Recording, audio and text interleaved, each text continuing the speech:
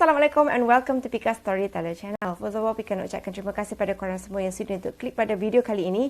Dan seperti biasa pada yang baru saja datang ke channel ni, jangan lupa untuk terus tekan butang subscribe di bawah dan juga follow Pika di Instagram Pika Storyteller. Tetapi sebelum Pika memulakan dengan kisah seram kali ini, Pika ada nak bagi tahu satu pengumuman penting. So Pika rasa yang mungkin ramai dah terlepas kot tentang Pika sebenarnya untuk bulan November 2022 ni Pika nak bagi giveaway kepada 3 subscribers bertuah Pika Storyteller Channel. Caranya cukup mudah. Pertama, korang kena subscribe YouTube Pika Storyteller. Yang kedua, hadir ke mana-mana 3 premier video Pika Storyteller dalam bulan November 2022. Dan yang ketiga adalah korang kena komen, saya nak giveaway di mana-mana video Pika Storyteller dalam bulan November 2022.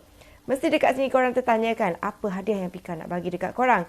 Sebenarnya hadiah tu dah pun Pika letakkan dekat description di bawah. Korang klik je dan sekiranya kalau korang adalah subscriber bertuah perempuan akan ada hadiah dia. Dan kalau korang lelaki pun ada hadiah dia. Maksudnya berbeza hadiah mengikut jantina korang lah. So, seperti dengan tajuk, untuk video kali ini sebenarnya Pika akan menceritakan lagi satu kisah seram yang dikongsikan oleh Lara Sofia. Sebenarnya Lara Sofia ni ada banyak sangat peminat dekat Pika Storyteller. Korang pun mungkin ramai yang dah komen kan. Selalu sangat Pika keluarkan tentang kisah yang diceritakan oleh Lara Sofia. So, untuk video kali ini pun, lagi sekali Pika nak menceritakan tentang kisah seram yang berlaku kepada Lara Sofia. Dan kisah ini sebenarnya berlaku di office dia semasa musim PKP 3.0. Jadi tanpa kita buang masa, jom kita mulakan dengan kisah seram kali ini.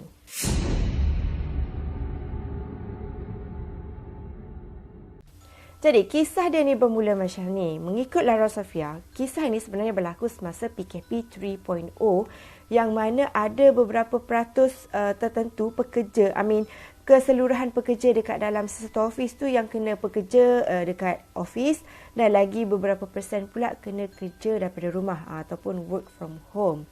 Jadi, nak dijadikan cerita, pada satu hari ni, ini merupakan giliran Lara Sofia untuk masuk ke office. Kalau diikutkan pada hari tu, dia kena berdua dengan lagi seorang kawan dia iaitu Kak Ani. Namun malangnya pada hari tu, Kak Ani ni demam. Jadi Kak Ani ni pun ambil cuti kan, ambil MC. So pada hari tu nak tak nak terpaksalah Lara Sofia ni masuk office sorang-sorang. Jadi mengikut cerita Lara Sofia ni, office dia tu kalau mengikut daripada apa yang Pika faham lah, dia macam ada banyak unit. Dia tak ada bagi tahu Pika Lara ni kerja sebagai apa, dekat mana. Dia tak ada bagi tahu. Cuma apa mengikut daripada cerita Lara Sofia ni, apa yang Pika faham adalah office dia tu banyak unit. Dan dia ada banyak ruang office dan juga bilik-bilik tertentu lah. Dan pada masa tu Lara Sofia ni dia bekerja dekat dalam bilik dia seorang diri. Jadi pada hari tu kan yang macam Pika bagi tahulah Kak Ani tak hadir kan, disebabkan oleh demam panas. Jadi pada masa tu Lara Sofia ni pun kerjalah sorang-sorang dekat dalam office, dekat dalam bilik dia tu. Sebelum tiba-tiba datanglah cleaner dia orang iaitu Kak Zah. Okay, kebiasaannya sesetengah office memang dia akan ada cleaner tertentu kan yang akan datang pada waktu-waktu tertentu lah.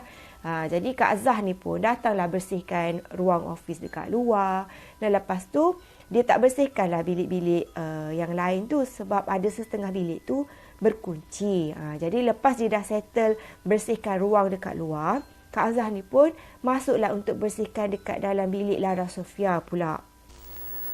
Jadi bila Kak Zah ni masuk ke dalam bilik Lara Sofia, masa tu Kak Zah ni pun tanyalah dekat Lara ni kan, Puan, hari ni Puan ni kerja dengan Encik Azri ke? Lepas tu Lara Sofia ni pun cakaplah dekat Kak Zah ni, tak adalah Kak Zah, sepatutnya hari ni giliran saya dengan Puan Ani. Tapi malangnya Puan Ani tu di MC sebab dia demam kan. Jadi hari ni saya seorang je lah masuk office. Lepas tu Kak Zah ni pun cakap, ya ke Puan? Sebab tadi masa saya bersihkan dekat ruang office luar tu, saya nampak Encik Azri ada dekat dalam ni. Tapi saya panggil Encik Azri tu kan, Encik Azri. Tapi Encik Azri tu tak menyahut pun. Encik Azri tu buat macam buat tak tahu je. Lepas tu Encik Azri ni pun bangun dan pergi ke tandas. Jadi Puan, kalau yang saya nampak tadi tu bukan Encik Azri, habis tu siapa yang saya nampak tu tadi? Masa ni Lara Sofia ni dah mula rasa tak sedap hati tau. Kak Azah tu lagilah dia panik sebab dia takut sebenarnya apa yang dia nampak tu merupakan bukan Cik Azri tetapi jelmaan. Lepas tu tadi kan Kak Azah tu bagi tahu yang dia nampak Azri tu pergi ke tandas kan. Jadi masa tu Lara ni pun tanyalah dekat Kak Azah ni. Kak Azah dah cuci tandas ke belum? Lepas tu Kak Azah ni pun cakap, Kak Azah tak cuci lagi tandas. Lagipun rasa macam tak sedap hati, rasa macam takutlah pula kan nak pergi ke tandas tu untuk bersihkan. Sebab tadi kan dia nampak jelmaan Cik Azri tu pergi ke tandas. Dia kata takut nanti kalau dia pergi cuci dekat kawasan tandas tu, tiba-tiba datang pula jelmaan tu tadi sergah dia. Tak kepengsan Kak Azah tu dekat situ. Jadi melihat pada keadaan Kak Azah pada masa tu yang agak panik tu kan, dengan ketakutan tu, jadi Lara Sofia ni pun offerlah diri untuk temankan Kak Azah ni pergi bersihkan tandas tu. Jadi Kak Azah ni pun cakaplah dekat Lara, tak apa ke puan, sebab takut nanti menyusahkan puan pula untuk temankan Kak Azah ni pergi bersih tandas tu. Lepas tu mungkinlah pada masa tu Pika assume yang mungkin Lara Sofia ni kerja dia tak berapa nak banyak sangat kot. That's why lah dia pergi temankan Kak Azah ni pergi bersihkan tandas tu. Lepas tu mereka berdua pun pergilah menuju ke tandas dan mula-mula Kak Azah ni nak bersihkan tandas perempuan. Okey, masa dia bersihkan tandas perempuan memang tak ada apa-apa yang berlaku lah. Sampailah Kak Azah ni nak masuk ke tandas lelaki untuk bersihkan tandas lelaki pula. Masa tu bila dia orang cuba untuk tolak untuk masuk ke dalam tandas lelaki tu, pintu tu berat sangat. Dia orang try untuk tolak tau, tapi pintu tu macam tak terbuka. Dia rasa seperti seolah-olah ada someone yang tolak daripada dalam. Masa ni Kak Azah ni dah mula rasa lagi takut lah kan. Dan pada masa yang sama juga Lara ni dah tahulah, dia kan boleh rasa kan. Jadi Lara ni dia rasa macam mungkin benda yang tolak daripada dalam toilet laki tu adalah benda yang sama Kak Azah nampak tadi, jelmaan Azri tu. So masa tu Lara ni pun sambil tolak dia macam nak marah jugalah kan. Lepas tu dia cakap lah, kau ni boleh tak jangan ganggu orang nak buat kerja macam tu. Pergilah jauh-jauh daripada sini. Dia macam marah dekat benda tu sebab mengganggu Kak Azah ni untuk buat kerja. Sambil dia marah pada benda tu tadi, Lara ni pada masa yang sama juga dia ada baca ayat kursi dengan dia ada juga selawat lah kan. Lepas tu Alhamdulillah selepas beberapa ketika ni, pintu tu pun boleh terbuka. Pintu tandas lelaki tu pun terbuka kan. Lepas tu masa ni Kak Azah ni dia dah mula rasa takut lah. Kan tadi dia nampak Cik Azri tu. Lepas tu pintu tandas pula macam ada orang yang tolak daripada dalam kan.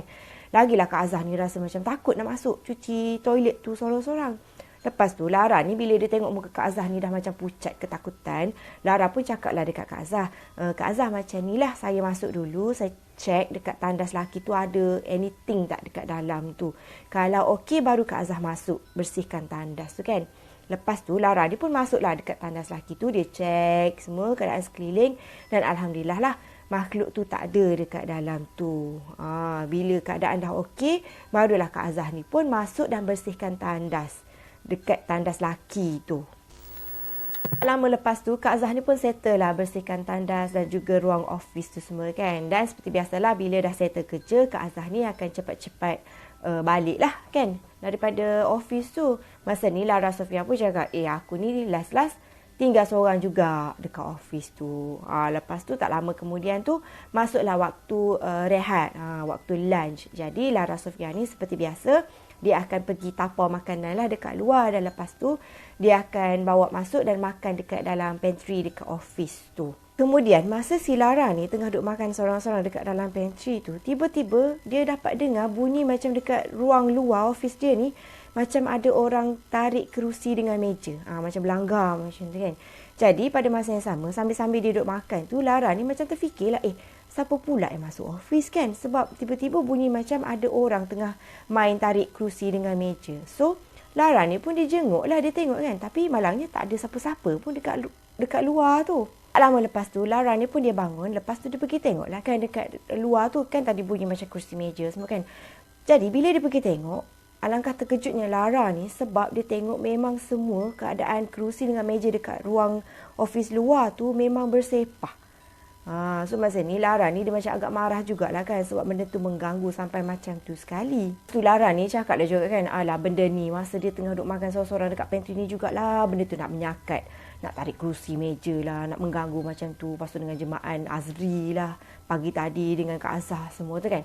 Lepas tu Lara ni pun macam melantak lah, buat tak kisah, dia pun sambung lah makan. Masa dia tengah duduk sambung makan tu kan, sekali tiba-tiba dia dapat rasa macam meremang. Dia dapat rasakan macam ada sesuatu dekat belakang dia ni.